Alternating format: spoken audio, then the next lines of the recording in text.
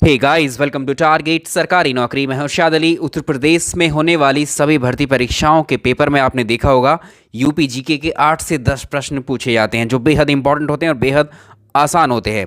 इसी को ध्यान में रखते हुए हमने यूपी जीके का ये कोर्स स्टार्ट किया है जिसका प्रैक्टिस सेट नंबर 2 आप देख रहे हैं। इस कोर्स के कंप्लीट होने के बाद में हम यूपी जीके की थ्योरी क्लास लेकर के आएंगे, तो जल्दी से जल्दी लाइक एंड शेयर ज़रूर कीजिए ताकि इस कोर्स को हम जल्दी कंप्लीट करा सकें आपको।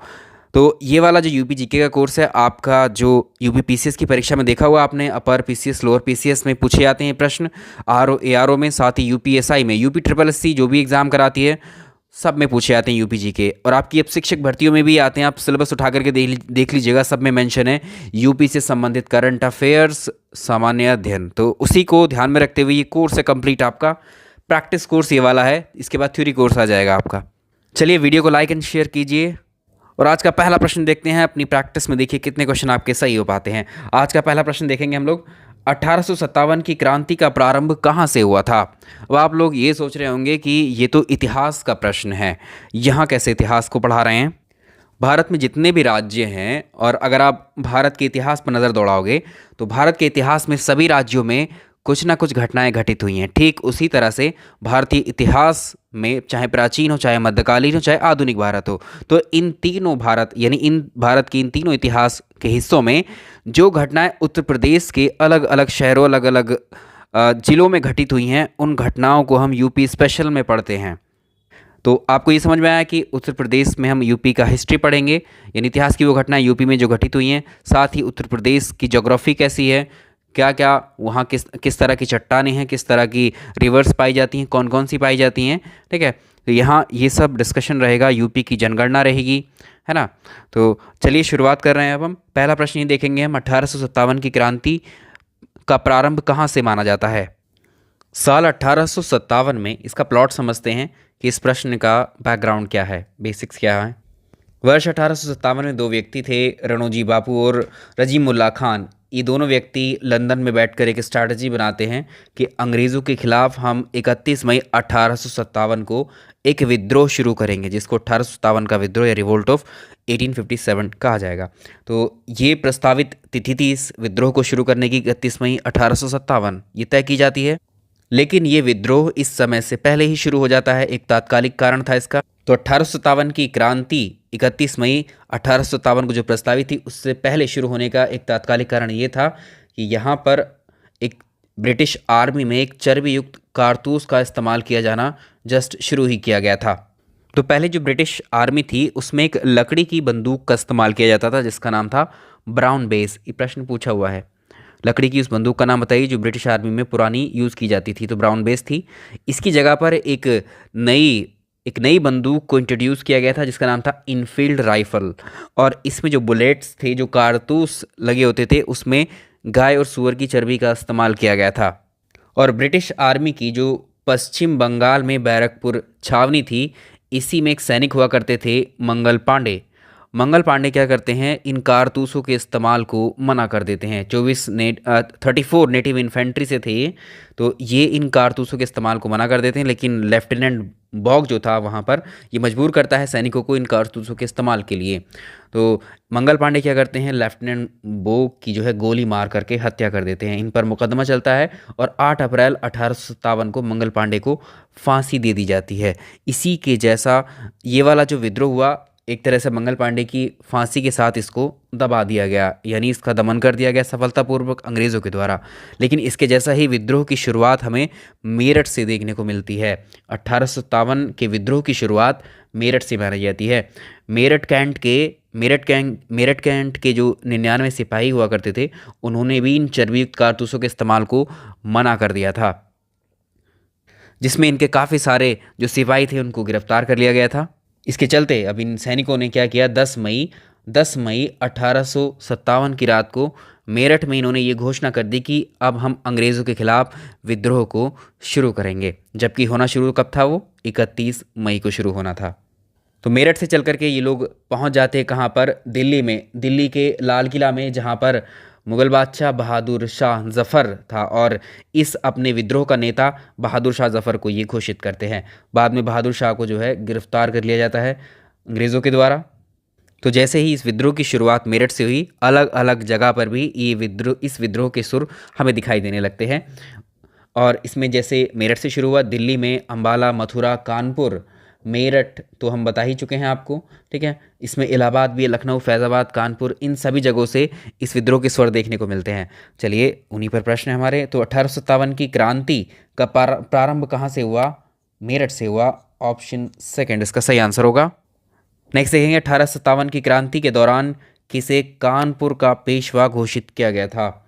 देखिए, जब कोई भी विद्रोह शुरू होता है तो विद्रोह का एक नेता होता है जो उसको रिप्रेजेंट कर रहा होता है, यानी उस विद्रोह की अगुवाई कौन कर रहा होता है। तो इन अलग अलग जगहों से भारत में जो इस 1857 के विद्रोह जो अलग अलग शहरों से हो रहे थे, उनके अपने अपने नेता थे इन विद्रोह के, जो अगुवाई कर रहे थे। तो ऐसे ही कानपुर में इस 1857 की क्रांति का अगुवाई किसके द्वारा की गई थी?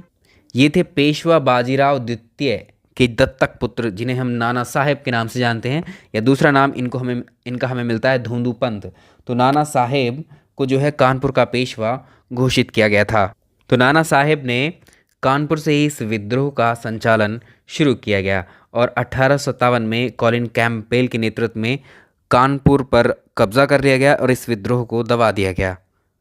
आप जानते हैं जो 1857 का विद्रोह हुआ था, ये क्या था? इसको पूरी तरह से कंट्रोल कर लिया गया था। जितनी जगहों पर भी ये हुआ था, ये असफल प्रयास था, यानी ये कह सकते हैं कि भारतीयों का जो ये विद्रोह था ये असफल हुआ था। असफल होने का एक मेन वजह इसकी दो बताई जाती हैं।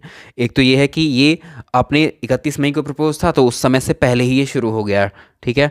और इसमें कोई एक पूरे संपूर्ण जितना विद्रोह अलग अलग जगहों से हो रहा था, सबके अलग अलग लीडर्स थे और उनकी अपनी अपनी समस्याओं की वजह से, अपने रीजनल समस्याओं की वजह से वो विद्रोह हो रहा था वहाँ पर। सिर्फ ये उत्तर भारत में देखा गया, दक्षिण भारत में इसका कोई लेना देना नहीं था, इसकी अगुवाई करने वाला कोई एक व्यक्ति नहीं था, सब अलग अलग रैंडम हो रहे थे। इसलिए अंग्रेज़ों ने अलग अलग जगहों पर हुए 1857 के विद्रोह को आसानी से दबा लिया। चलिए नेक्स्ट सवाल। एक सवाल पूछा जाता है कि धोंदू पंत इनमें से किसको कहा जाता है? तो ये कौन है? धोंदू पंत कौन है? ये नाना साहेब का ही नाम है। और इस विद्रोह को किसके द्वारा दबाया गया था? कैंपबेल के द्वारा। और इनके साथ में अगर आपसे पूछेगा साथ में इनके कौन थे इनकी सहायता के लिए? तात्या टोपे भी थे, ठीक है। ऊपर लिखा हुआ है वैसे ऑप्शन में, यहाँ मेंशन कर देते हैं तात्या टोपे। तात्या टोपे का भी नाम आपसे पूछा जाता है, तो ये कौन थे? रामचंद्र पांडुरंग इनका नाम था, ठीक।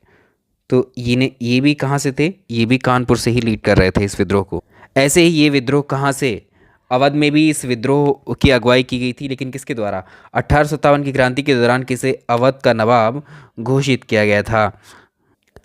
अवध के अंतिम नवाब हुए थे वाजिद अली शाह। इनकी बेगम का नाम था बेगम हजरत महल और इनके एक पुत्र था जिसका नाम था बिरजिश कादिर।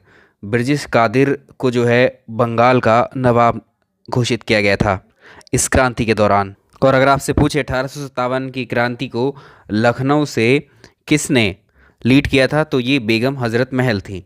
और इस दौरान जो अवध का नवाब घोषित किया गया वो बिरजिश कादिर को। उत्तर प्रदेश की राजधानी आगरा से इलाहाबाद कब स्थानांतरित की गई या कब बनाया गया? तो ये कार्य किया गया था 1857 की क्रांति के बाद वर्ष 1858 में इसकी उत्तर प्रदेश की राजधानी आगरा से इलाहाबाद कर दी गई थी। 1857 के विद्रोह का नेतृत्व लखनऊ से किसने किया था? हम जानते हैं ये कौन थी? बेगम हजरत महल थी। 1858 का महारानी का घोषणा पत्र कहाँ पर पढ़ा गया था? ये आप जानते हैं कि जो 1857 की क्रांति के बाद जो पहले British east India company rule कर रही थी, British east India company rule कर रही थी भारत में, अब ये जो सत्ता ब्रिटिश ईस्ट इंडिया कंपनी के हाथों में थी, ये अब इनके हाथों से छीन करके कहाँ चली जाती है? सीधे ब्रिटेन के हाथों में, यानी ब्रिटेन का जो ताज है, क्राउन के हाथों में ये रूल चला जाता है यहाँ से। और जब सत्ता क्राउन के हाथों में आ जाती है तो महारानी विक्टोरिया ने 1 नवंबर 1858 को एक शाही घोषणा की। और इस घोषणा में ये कहा गया था कि महारानी विक्टोरिया ने, या इस घोषणा के तहत जो पहले ईस्ट इंडिया कंपनी का शासन है, अब वो सीधे किसके हाथों में आ गया है? वो सीधे अब ब्रिटेन के हाथों में आ गया है। और इसी घोषणा पत्र को 1 नवंबर 1858 को इलाहाबाद में एक दरबार आयोजित किया गया था। और महारानी विक्टोरिया के इस घोषणा पत्र को पढ़ करके सुनाया था किसने? लॉर्ड कैनिंग ने। तो ये बात कहाँ पर हुई? घोषणा पत्र इलाहाबाद में किसने पढ़ करके सुनाया? ये प्रश्न भी बनता है। 1858 का महारानी का घोषणा पत्र किसने पढ़ करके सुनाया? लॉर्ड कैनिंग ने सुनाया था। कहाँ पर? इलाहाबाद में। कब? 1 नवंबर 1858 को। 1857 के विद्रोह का नेतृत्व बरेली में किसके द्वारा किया गया था? बरेली से नेतृत्व किया गया था खान बहादुर के द्वारा। तो ऐसे ऐसे प्रश्न भी बनते हैं आपसे जो आप हमेशा छोड़ सकते हो। तो इनके जो नेतृत्व करता है इनको याद रखना है आपको। चलो एक बार क्विक रिकैप करा देते हैं कि मेरठ से जो है, मेरठ से किसने किया था? याद रखिएगा, कदम सिंह के द्वारा। मेरठ में कदम सिंह के द्वारा, दिल्ली में बहादुर शाह जफ़र के द्वारा, और मथुरा में देवी सिंह के द्वारा, कानपुर में नाना साहेब के द्वारा, झांसी में रानी लक्ष्मीबाई के द्वारा, इलाहाबाद में लियाकत अली के द्वारा, लखनऊ में बेगम हजरत महल के द्वारा, फैज़ाबाद में मौलवी अब्दुल्ला के द्वारा, गोरखपुर में गजोधर सिंह के द्वारा, जगदीशपुर में कुंवर सिंह के द्वारा, और बरेली से खान बहादुर के द्वारा। नेक्स्ट देखेंगे, अवध के किस नवाब ने सहायक संधि पर हस्ताक्षर किए थे? अवध का कौन सा नवाब हुआ जिसने सहायक संधि पर हस्ताक्षर किए? देखो, अंग्रेज़ जब से भारत में आए तो अपना साम्राज्य स्थापित करने के लिए अंग्रेज़ों ने जो ईस्ट इंडिया कंपनी थी उसकी बहुत ही महत्वपूर्ण भूमिका मानी जाती है इसमें। इन्होंने विस्तार किया अपने साम्राज्य का। धीरे धीरे जो भारत के क्षेत्र थे उनको अंग्रेज़ी शासन में मिलाते गए, ईस्ट इंडिया कंपनी के क्षेत्र में मिलाते गए ये लोग। और इसी मिलाने के क्रम में इनको भारत में एक तो मैत्री संधि इनको बोलते हैं या सहायक संधि बोलते हैं, इसका विस्तार ये करते चले गए। और इस विस्तार के लिए जो लॉर्ड वेलेस्ली था ये ज़्यादा उत्तरदायी माना जाता है इसमें। इसको सब्सिडरी अलायंस या हम सहायक संधि के नाम से जानते हैं। इसके मुख्य उद्देश्य क्या थे? जो भी शासक, जो राजा सहायक गठबंधन करते थे वो क्या करते थे?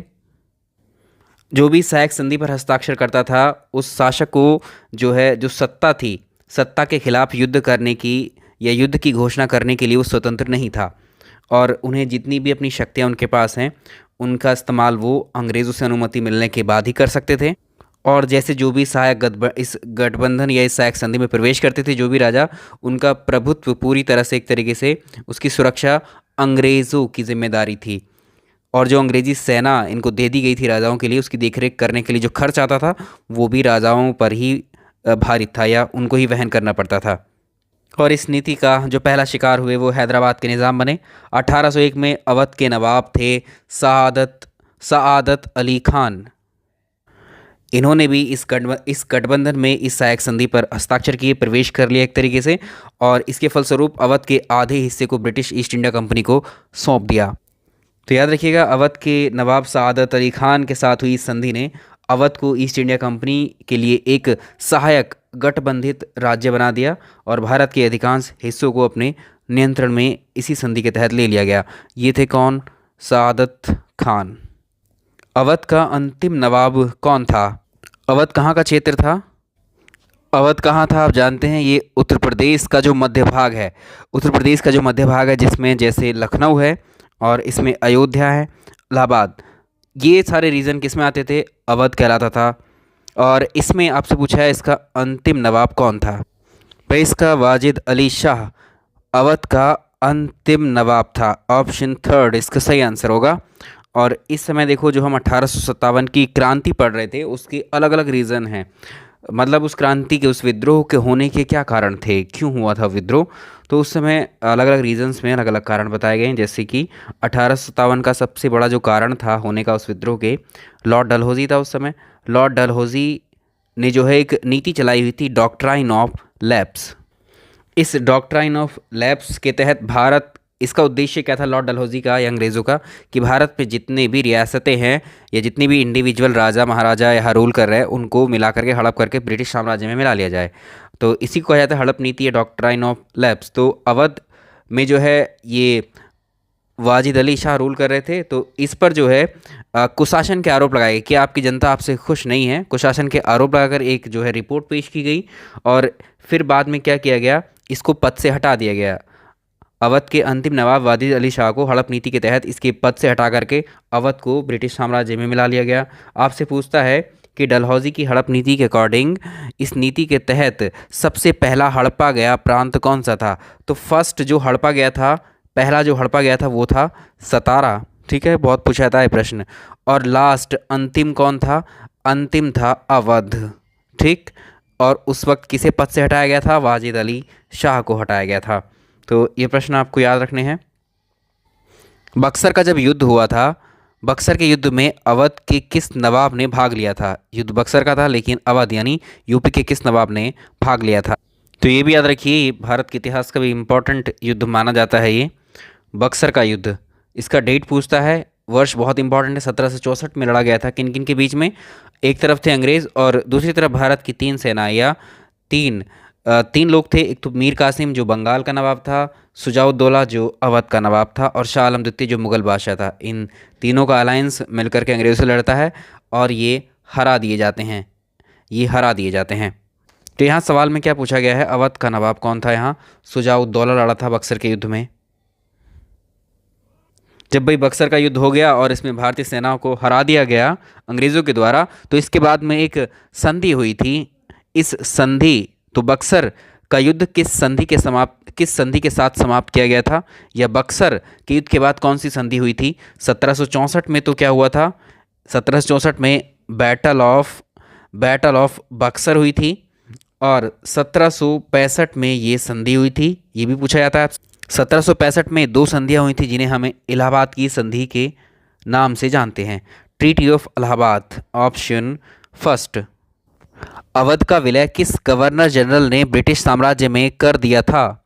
भाई अवध का विलय जब हुआ था तो उस वक्त कौन था जो हड़प की नीति लेकर के आया था? डॉक्ट्राइन ऑफ लैप्स के तहत ही तो अवध को मिलाया गया था। तो अवध का ब्रिटिश साम्राज्य में विलय किया गया था लॉर्ड डलहौजी के द्वारा। उस समय जो अंतिम नवाब था वहाँ का, वाजिद अली शाह को उसके पद से हटा करके। तो इसमें आंसर होगा लॉर्ड वेलेज़ली नहीं, लॉर्ड डलहौजी ने मिलाया था। ठीक है, ऑप्शन सेकंड।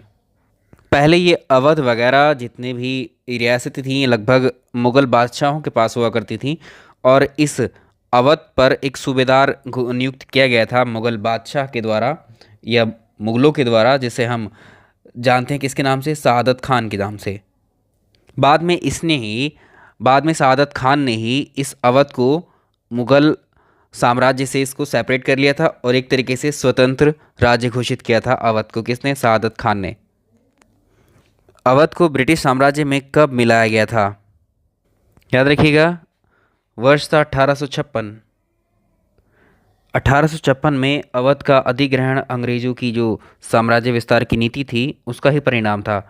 इसमें कुशासन के आरोप लगाकर अवध के नवाब वाजिद अली शाह को गद्दी से हटाया गया और अवध को प्रत्यक्ष रूप से ब्रिटिश साम्राज्य में मिला लिया गया। सिंपल। फैज़ाबाद में 1857 के विद्रोह का नेतृत्व किसके द्वारा किया गया था? ये मैंने बताया आपको, रिवाइज कराया था अभी। ये थे मौलवी अहमदुल्लाह। ऑप्शन फर्स्ट सही रहेगा इसका। फैज़ाबाद में 1857 के विद्रोह को मौलवी अहमदुल्लाह ने अपना नेतृत्व प्रदान किया था।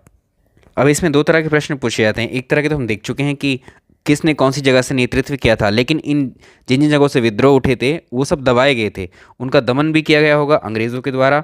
तो अंग्रेज़ों के किस अधिकारी के द्वारा किस विद्रोह का दमन किया गया, ये पूछा हुआ है। झांसी में 1857 के विद्रोह का दमन किसने किया? तो याद रखिएगा, जो महारानी लक्ष्मीबाई ने नेतृत्व किया था झांसी से इस 1857 के विद्रोह का, लेकिन इसका दमन किसके द्वारा किया गया था, ये क्वेश्चन है। तो यहाँ पर जनरल ह्यूरोज ने इसका दमन किया था। तो इसका आंसर ये रहेगा ऑप्शन सेकंड, ह्यूरोज है एक्चुअली ये, ह्यूरोज। अब इलाहाबाद में विद्रोह का दमन किसने किया था? भाई इलाहाबाद में, सिंपल क्वेश्चन में लैंग्वेज को देखो आप पहले। अभी अब 1857 से रिलेटेड फैक्ट पढ़ रहे हो तो आपको लग रहा होगा कि हाँ ठीक है, लेकिन ये विद्रोह कहाँ के थे? ये जितने भी हैं 1857 के विद्रोह की बात चल रही है। इलाहाबाद में विद्रोह किसने शुरू किया था? ये वाला, ये लियाकत अली ने किया था, लियाकत अली, और इसको कर्नल नील के द्वारा दबा दिया गया था। अब चलिए इतिहास के दूसरे सेक्शन में एंटर कर जाते हैं हम। हरिश्चंद्र जो मैगज़ीन थी इसका प्रकाशन कहाँ से किया गया था? हरिश्चंद्र मैगज़ीन का जो प्रकाशन किया गया था वो भारतेंदु हरिश्चंद्र ने किया था, और एक थी कवि वचन सुधा, एक थी हरिश्चंद्र मैगज़ीन। इन दोनों का प्रकाशन भारतेंदु हरिश्चंद्र के द्वारा किया गया, और ये प्लेस का नाम है वाराणसी। देवबंद आंदोलन जो देवबंद मूवमेंट था इसके प्रणेता कौन थे? जो देवबंद आंदोलन था इसके प्रणेता दो व्यक्ति थे, एक तो मोहम्मद कासिम नतोतवी और अगला दूसरा जो था वो था राशिद अहमद गंगोही। ये दो व्यक्ति थे। ए और बी इसमें सही रहेगा। इसमें यहाँ पर सेकंड ऑप्शन चुनेंगे आप, ए और बी। ऐसे ही अलीगढ़ आंदोलन हुआ, इसके प्रणेता कौन थे? इसको आप कर सकते हैं sir Syed Ahmad Khan, option second. Aligarh Aligarh Muslim Anglo Oriental College की स्थापना कब की गई थी? इसी सवाल में पूछेगा कि किसके द्वारा की गई थी। इसी में पूछेगा ऐसे अलग से आपसे कि एएमयू का पुराना नाम क्या था। याद रखिएगा, वर्ष था 1875। 1875 में Aligarh Muslim Anglo Oriental College की स्थापना की गई थी। किसके द्वारा? सर सैयद अहमद खान के द्वारा की गई थी। तो जो 1875 में ये मुस्लिम एंग्लो ओरिएंटल कॉलेज बनाया गया था, इसी को साल 1920 में एएमयू यानी अलीगढ़ मुस्लिम यूनिवर्सिटी, जो कि अलीगढ़ में है, सेंट्रल यूनिवर्सिटी, इसी को 1920 में तब्दील कर दिया गया। किसमें? अलीगढ़ मुस्लिम यूनिवर्सिटी में।